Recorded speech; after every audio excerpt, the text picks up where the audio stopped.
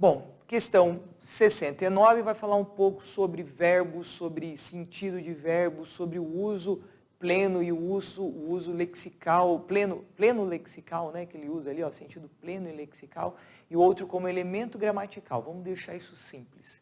Quando você começou a resolver esse exercício, você deve ter percebido que em alguns casos, o verbo querer, o verbo chegar, o verbo trabalhar e o outro, o que eles apresentavam em todos os seus casos, né, com exceção da resposta, que é o verbo trabalhar? Que você tem um verbo sendo usado na condição ou de verbo auxiliar, ou um verbo que traz uma locução verbal, e em um outro caso, o verbo em seu sentido pleno, ou seja, no seu sentido literal.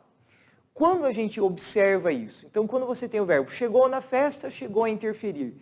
Vamos pegar esse caso, ó, o chegou na festa, e aí eu até gostaria de fazer uma ressalva, né, que o certo seria chegou à festa, mas tudo bem, ele não está mencionando essa questão da regência.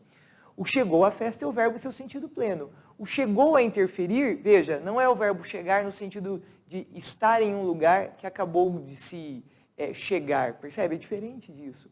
Esse é o tal do sentido de elemento como elemento gramatical. É isso que ele está dizendo.